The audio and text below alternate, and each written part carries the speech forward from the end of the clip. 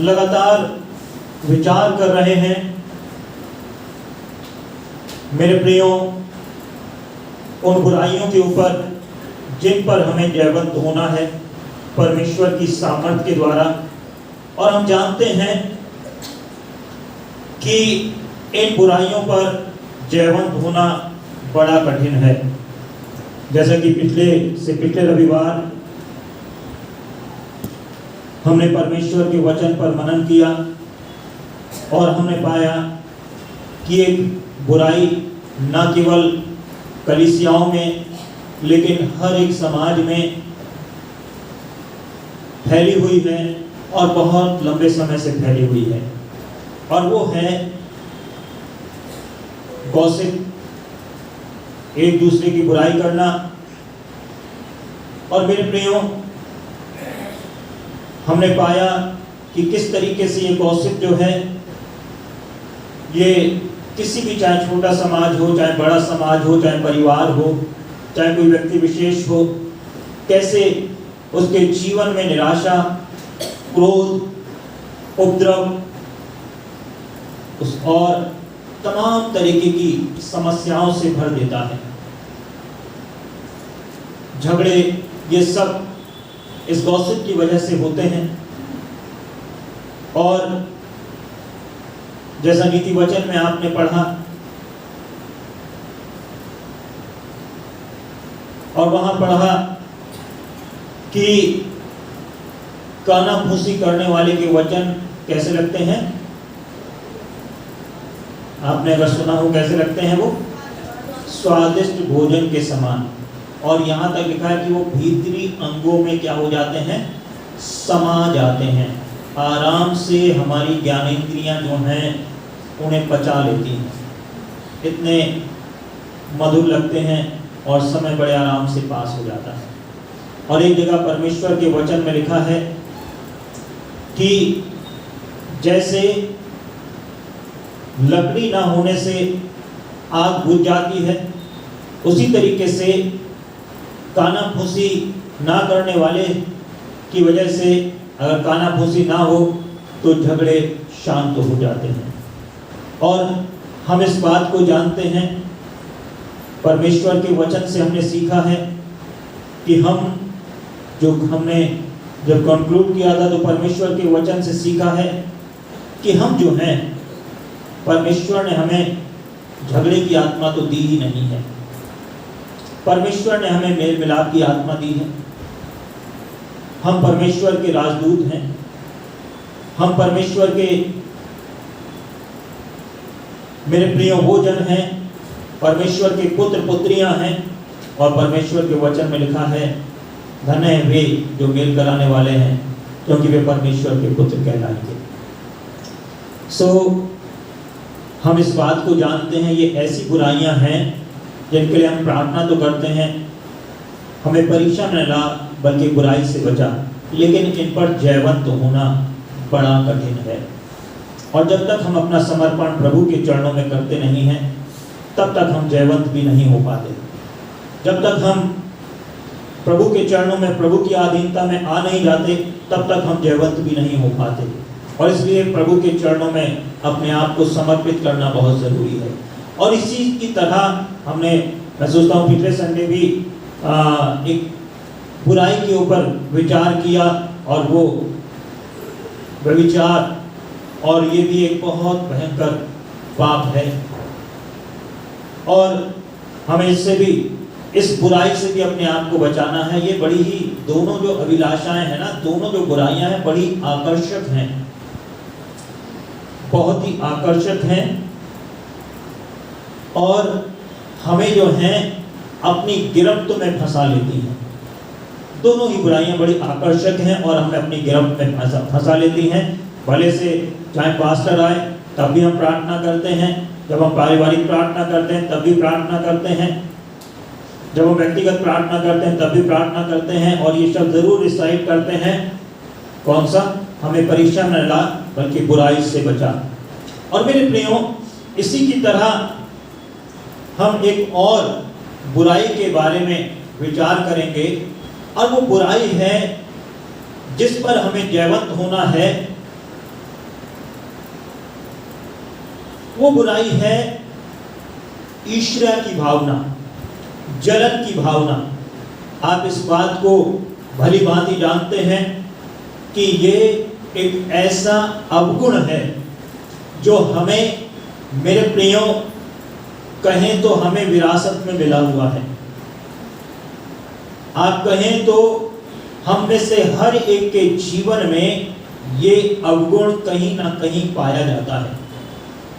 हम जलन करते हैं, हम ईर्ष्या रखते हैं, और मेरे प्रियो, इस ईर्ष्या की वजह से हमारी जिंदगी में और बहुत सारी बुराइयां पैदा होती हैं। और मैं आपको बताना चाहता हूं, ये जो ईर्ष्या जो है, ये जो जलन जो है, ये हमारे अपने ही जो लोग होते हैं ना, हमारे आसपास के लोग, हमारे भाई बहन, हमारे मित्र, हमारे रिश्तेदार, उन्हीं लोगों के बीच में पाई जाती है। दायरा इसका जो है बहुत लंबा चौड़ा दायरा नहीं है, दायरा जो है इसका बहुत छोटा दायरा है। आप अगर कोई लाल बत्ती चौक पे है और आप इसे नहीं जानते हैं, कोई झंडा चौक में है, आप उसे नहीं जानते हैं, क्या आप उससे जलन रखेंगे? हैं? आप उससे जलन, भले से वो मर्सिडीज बेंज खरीद ले, क्योंकि आप तो जानते ही नहीं है उसे, भले से वो हेलीकॉप्टर खरीद ले, लेकिन अगर आपका पड़ोसी या आपका सगा भाई भी या आपका क्रिश्चियन में से कोई भाई हेलीकॉप्टर खरीद ले, उसका बच्चा पास हो जाए, फर्स्ट डिवीजन आ जाए, है ना, बड़ा सा मकान बना ले, बैंक बैलेंस बढ़ जाए, लंबी लंबी गाड़ियां ले लें, तब क्या होगा? बहुत ही प्रैक्टिकल बात है, हमारे हृदय में जलन आ जाएगी। हम क्या करने लगेंगे? ईर्ष्या करने लगेंगे। और इसका परिणाम ये होता है कि आप देखते हैं कि कोई नई गाड़ी लेकर आया, उसकी कार में स्क्रैच पड़ गए, ठीक है नहीं? तो ये उसके परिणाम हैं। जलन जब आती है तो इतना वो बढ़ जाती है, और वो क्या करती है? हमें पाप की ओर अग्रसर करती है, और क्या करती है? हमारे अंदर लड़ाई झगड़े पैदा कराती है, हमारे अंदर बहुत सारी बुराइयों को क्या करती है? पैदा कराती है। ठीक, इसीलिए परमेश्वर के वचन में बहुत अच्छा लिखा है, और लिखा है शांत मन तन का जीवन है, किंतु मन के जल जाने से हड्डियां भी क्या होती हैं? जल जाती हैं। और इंग्लिश में अगर मैं पढ़ूं, A heart or at peace gives life to the body, but envy rots the bones. मतलब जो मन की शांति जो है, वो हमारे देह को जीवन प्रदान करती है, लेकिन जलन क्या करती है? हमारी हड्डियों को भी क्या कर देती है? जला देती है। जलन क्या करती है? हमारी हड्डियों को भी जला देती है। और इसलिए जब प्रार्थना करते हैं तो इसका उपाय करना भी हम सीखें, प्रभु के द्वारा सीखें। मेरे प्रियो, जब आप बाइबल में आगे बढ़ते, जब आप बाइबल का अध्ययन करते हैं, तो बाइबल में ऐसे बहुत सारे एग्जाम्पल आपको मिलेंगे। आप जब पढ़ते हो कि जब्दी के पुत्रों की माता याकूब और यूहन्ना की माता प्रभु यीशु मसीह के पास गई, और जब प्रभु यीशु मसीह के पास गई और प्रभु यीशु मसीह से क्या कहने लगी कि यीशु मसीह, हे गुरु, जब तू अपने राज्य में आए तो क्या हो? एक मेरा पुत्र तेरे दाहिने हाथ पर और दूसरा मेरा पुत्र तेरे बाएं हाथ पर बैठे। अर्थात जब तू सिंहासन पर हो तो वजीर का तो पद जो मिल जाए, प्रधानमंत्री का जो पद मिल जाए, वो मिल जाए किसको? याकूब को मिल जाए। और रक्षा मंत्री का पद जो मिल जाए, वो किसे मिल जाए? यूहन्ना को मिल जाए। ठीक है, अब झगड़े वाली बात वहां पर हो गई। जो 10 चेले बैठे हुए थे वो तो जल भून गए बहुत भयंकर तरीके से, और वो कहने लगे, बताइए, हम भी तो प्रभु यीशु मसीह के साथ चल रहे हैं, और ये आ गई और ये आ गई अपने पुत्रों के लिए मांगने लगी, और उनमें बड़ा ही वहां पर विवाद पैदा हो गया। काहे की वजह से? इस जलन की वजह से। और इस बात को भी ध्यान रखें कि ये जलन पैदा काहे से हुई। मेरे प्रियो, ये जलन पैदा हुई अहंकार की वजह से। काहे की वजह से? अहंकार की वजह से पैदा हुई। ये जलन अहंकार की वजह से पैदा हुई। और क्या हुआ? इस जलन ने उन 12 के पूरे ग्रुप को, इवन यीशु मसीह उस ग्रुप के मुखिया थे, उस पूरे ग्रुप को मेरे प्रियो अशांति से, असहजता से भर दिया। पूरे ग्रुप को अशांति से, असहजता से भर दिया। और उसके बाद आप क्या देखेंगे कि प्रभु यीशु मसीह को मेरे प्रियो चेलों के क्या धोने पड़े? पैर धोने पड़े। चेलों के पैर धोने पड़े। और प्रभु यीशु मसीह ने यह संदेश दे दिया कि यदि तुम में कोई बड़ा बनना चाहे तो क्या बने? छोटा बने। यदि तुम में कोई बड़ा बनना चाहे तो छोटा बने। और इसी के द्वारा हमारी जलन दूर हो सकती है। हम कुछ एग्जाम्पल और देखेंगे। मेरे प्रियो, ये कहां तक, इसके परिणाम कहां तक हैं और ये कितनी ज्यादा है। आप अगर बाइबल में पढ़ें तो बाइबल में जो पहली हत्या हुई उसका कारण क्या था? उसका कारण भी जलन था, उसका कारण भी ईर्ष्या था। पहली हत्या हुई, उसका कारण जलन था। जब कैन ने क्या करा? हाबिल की हत्या कर दी। और कारण क्या था?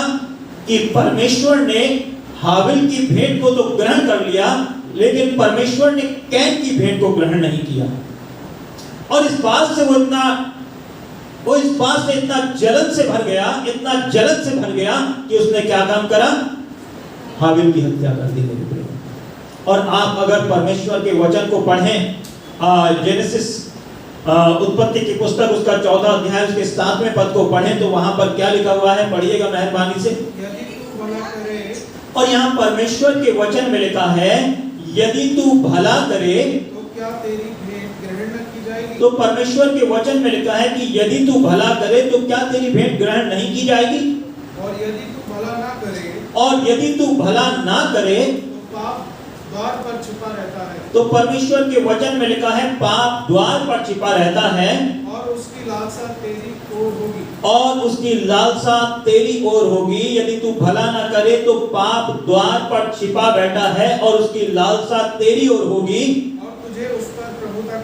और तुझे उस पर प्रभुता करनी है। और आप जानते हैं पाप ने उसे अपनी गिरफ्त में ले लिया। ठीक, अब यहां पर बात आती है कि अपने आप का जीवन तो सही है नहीं। अगर आप कैन और हाबिल की तुलना करें तो आप पाएंगे कि हाबिल का जीवन जो है परमेश्वर के वचन के द्वारा पाते हैं वो सही है। आप पाते हैं कि हाबिल का भेंट चढ़ाने का तरीका बिल्कुल सही है, उसमें समर्पण पाया जाता है, उसमें परमेश्वर की अगुवाई पाई जाती है। और जब वो अपनी भेंट को लेकर जाता है वो समर्पण प्रभु को दिखाई देता है और वो क्या करता है? परमेश्वर उसकी भेंट को ग्रहण कर लेता है। लेकिन इसके अंदर पूरा पैसेज पढ़ोगे तो पाओगे इसके अंदर वो समर्पण का भाव है ही नहीं। इसके अंदर वो समर्पण का भाव है ही नहीं। और इसने क्या काम किया? बिना समर्पण के परमेश्वर के चरणों में भेंट लेकर चला गया। मुझे एक पद याद आता है इस समय। अगर आप समुपदेशक की पुस्तक और उसका 5वां अध्याय, समुपदेशक की पुस्तक और उसका 5वां अध्याय और उसके प्रथम पद अगर पढ़ें तो वहां क्या लिखा है? पढ़िएगा कोई जन। और यहाँ परमेश्वर के वचन में लिखा है कि जब तू परमेश्वर के भवन में जाए तो परमेश्वर के वचन में लिखा है कि तब तू क्या करना? सावधानी से चलना, सुनने के लिए समीप जाना। मूर्खों के बलिदान चढ़ाने से उत्तम है, क्योंकि वे नहीं जानते कि बुरा करते हैं। अब परमेश्वर के वचन में लिखा है कि जब तू चाहे अपना अर्पण करे, चाहे परमेश्वर के चरणों में आए तो बहुत सावधान होना, अपने कदमों की चौकसी कर लेना कि तू जा कहां रहा है।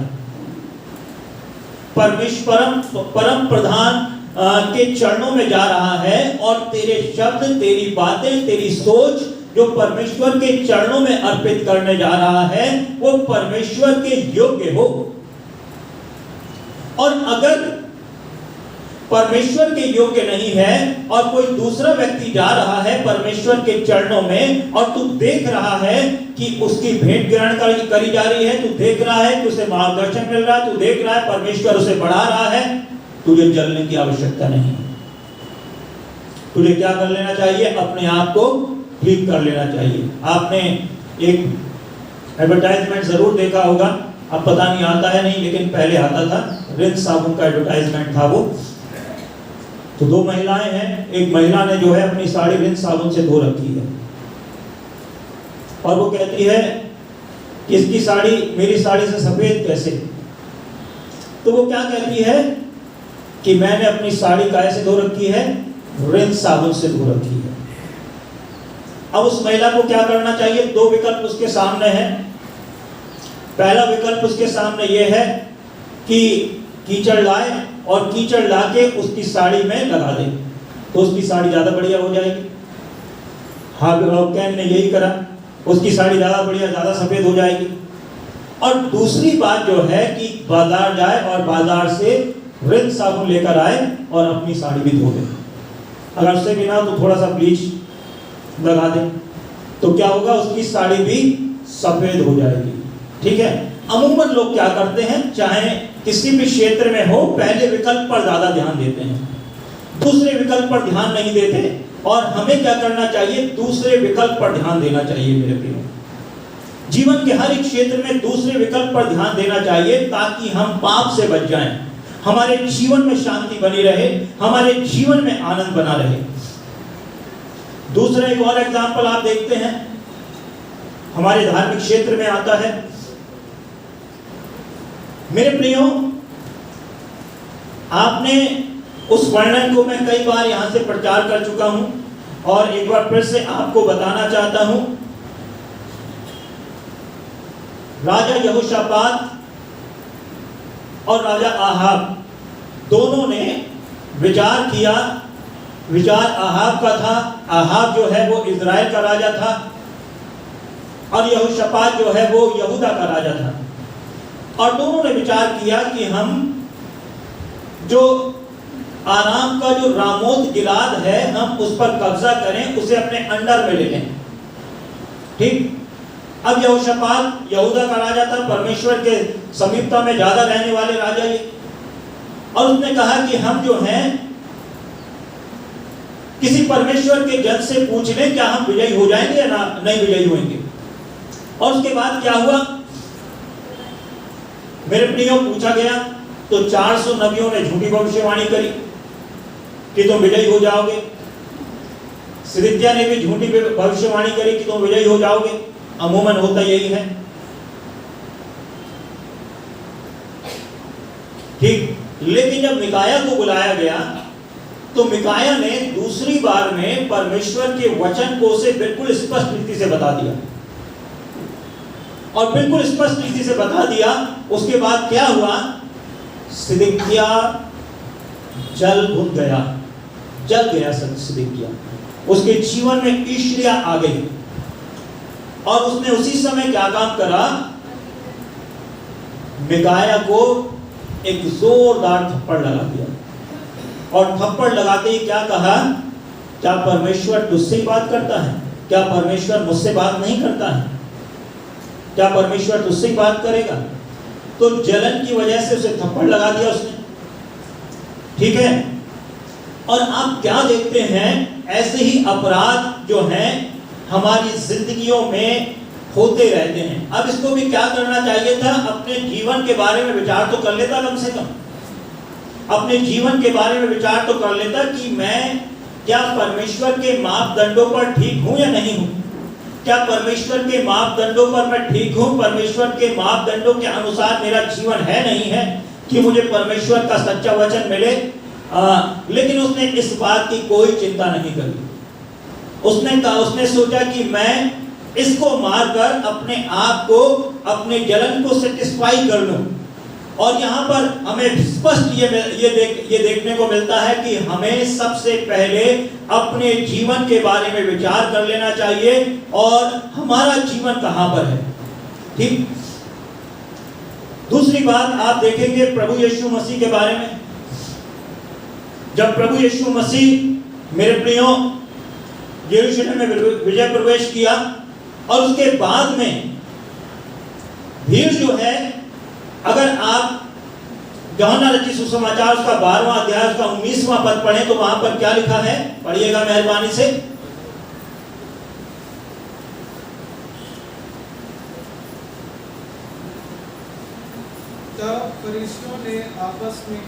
तब फरीसियों ने आपस में कहा, सोचो तो सही। और क्या कहा, सोचो तो सही कि तुमसे कुछ नहीं बन पड़ता, कि तुमसे कुछ नहीं बन पड़ता। सोचो तो सही, तुमसे कुछ नहीं बन पड़ता। देखो संसार उसके पीछे हो चला, देखो संसार क्या हो गया है, यीशु मसीह के पीछे हो लिया है। देखो सोचो तो सही, तुमसे कुछ नहीं बन पड़ता और पूरा संसार जो है यीशु मसीह के पीछे चलने लगा है। अब यहाँ पर क्या समस्या आ गई, लीडरशिप सारी किनके हाथों में थी, शास्त्री फरीसियों के हाथों में थी। वो पूरी कम्युनिटी को गवर्न कर रहे थे, पूरे देश को गवर्न कर रहे थे। जैसे यहाँ पर ब्राह्मण हो गए, उसी तरीके से इजराइल देश में फरीसी हो गए, इजराइल देश में सदूकी हो गए। और वो सब लोगों को क्या कर रहे थे, गवर्न कर रहे थे, धार्मिक शिक्षा दे रहे थे। लोग उनको मानते थे, लोग उनके पीछे चलते थे, लोग उनको बुलाते थे, लोग उनका आदर करते थे। लेकिन जब प्रभु यीशु मसीह आया, जब प्रभु यीशु मसीह संसार में आया और संसार में आने के बाद केवल 3 वर्षों में, कितने वर्षों में, 3 वर्षों में वो जमाना जो था, वो संसार जो था, वो प्रभु यीशु मसीह के पीछे हो लिया। वो संसार प्रभु यीशु मसीह के पीछे चलने लगा और अब इनके अंदर बड़ी जलन आ गई, इनके अंदर बड़ी ईर्ष्या आ गई। तुमसे कुछ भी नहीं बन पड़ता है और देखो पूरा का पूरा जमाना उसके पीछे चलने लगा है। और आप देखेंगे प्रभु यीशु मसीह परमेश्वर के संदेश को लेकर आए थे और प्रभु यीशु मसीह ने, अगर आप विचार करो तो जितने भी नबी आए उन नबियों से तो अलग कोई बात करी नहीं। प्रभु यीशु मसीह ने वही बातें करी जो नबियों ने करी। नबी बात करते थे, परमेश्वर के वचन को देते थे कि व्यभिचार से भागो। नबी प्रचार करते थे कि मूर्ति पूजा से भागो। नबी प्रचार करते थे कि तुम्हारे अंदर ये बुराई है, तुम्हारे अंदर वो बुराई है, उस बुराई को अपने जीवन से दूर करो। विश्वासहीन पुत्रों लौट आओ, परमेश्वर के घर में काने पशुओं के, अंधे पशुओं के बलिदान मत चढ़ाओ, खुट्टल पैसा परमेश्वर के भवन में मत लेकर आओ, परमेश्वर के भवन को बढ़िया करके बनाओ, अपने जीवन को बढ़िया करो, परमेश्वर के वचन के अनुसार करो। तो प्रभु यीशु मसीह ने कोई अलग बात तो करी नहीं थी, प्रभु यीशु मसीह ने वही बातें करी।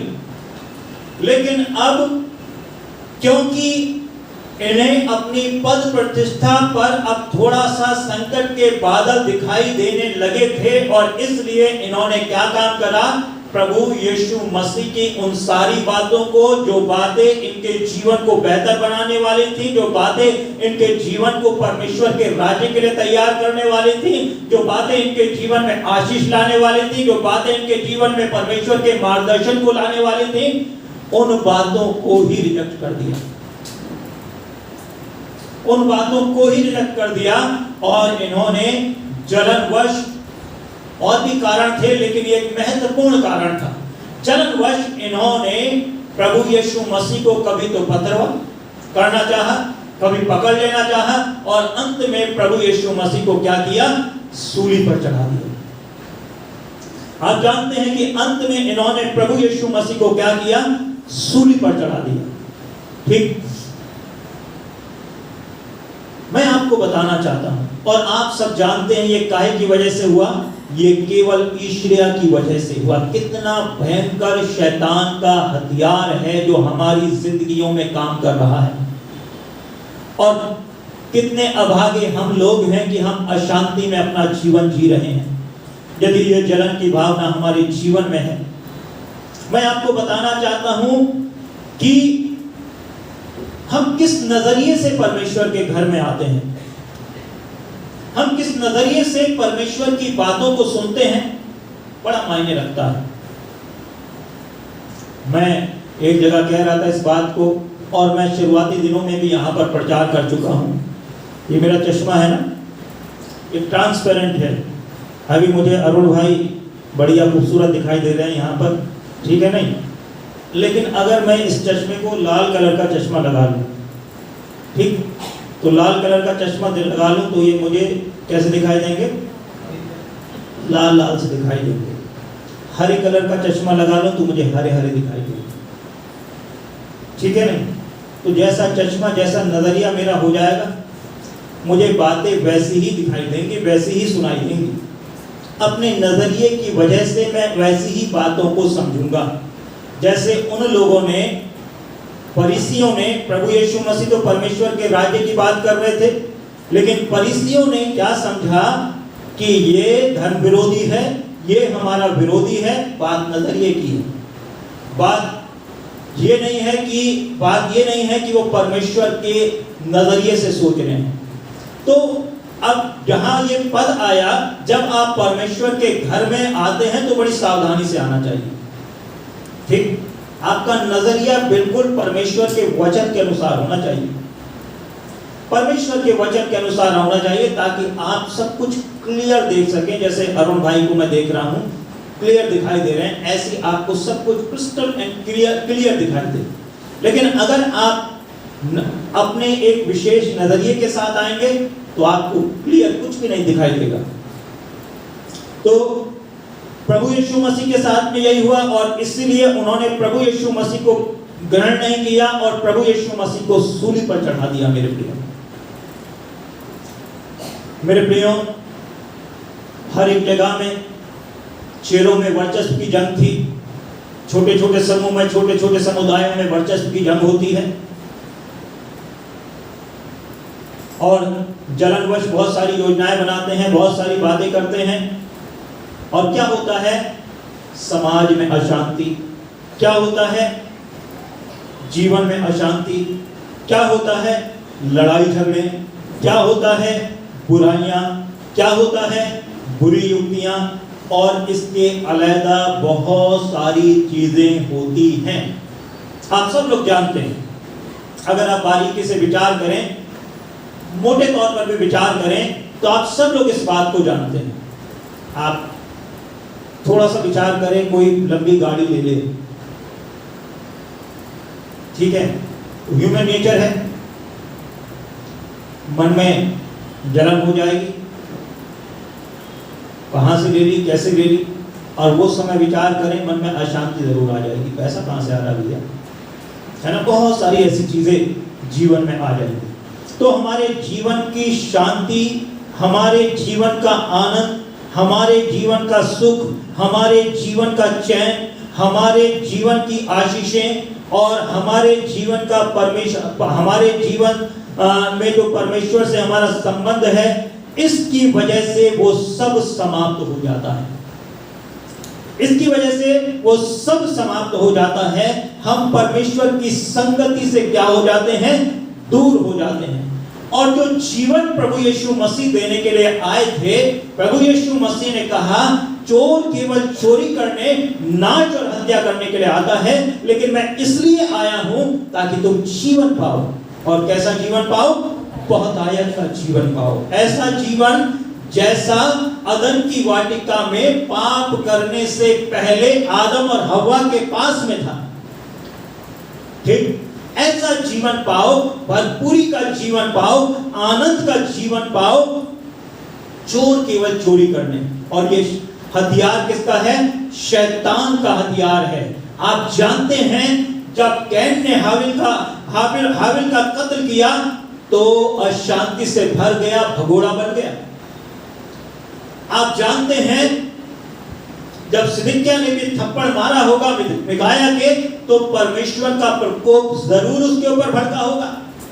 आप जानते हैं मेरे प्रियो, ऐसे बहुत से एग्जाम्पल, जब शाऊल जलन से भर गया था तो शाऊल ने दाऊद को मारने के लिए कितनी प्लानिंग बनाई, कहीं ये मेरा पद ना ले ले, कहीं ये मेरा पद ना ले ले, ठीक। अब हम विचार करें कि हम कैसे इस समस्या पर ओवरकम हो, कैसे हम इस समस्या पर ओवर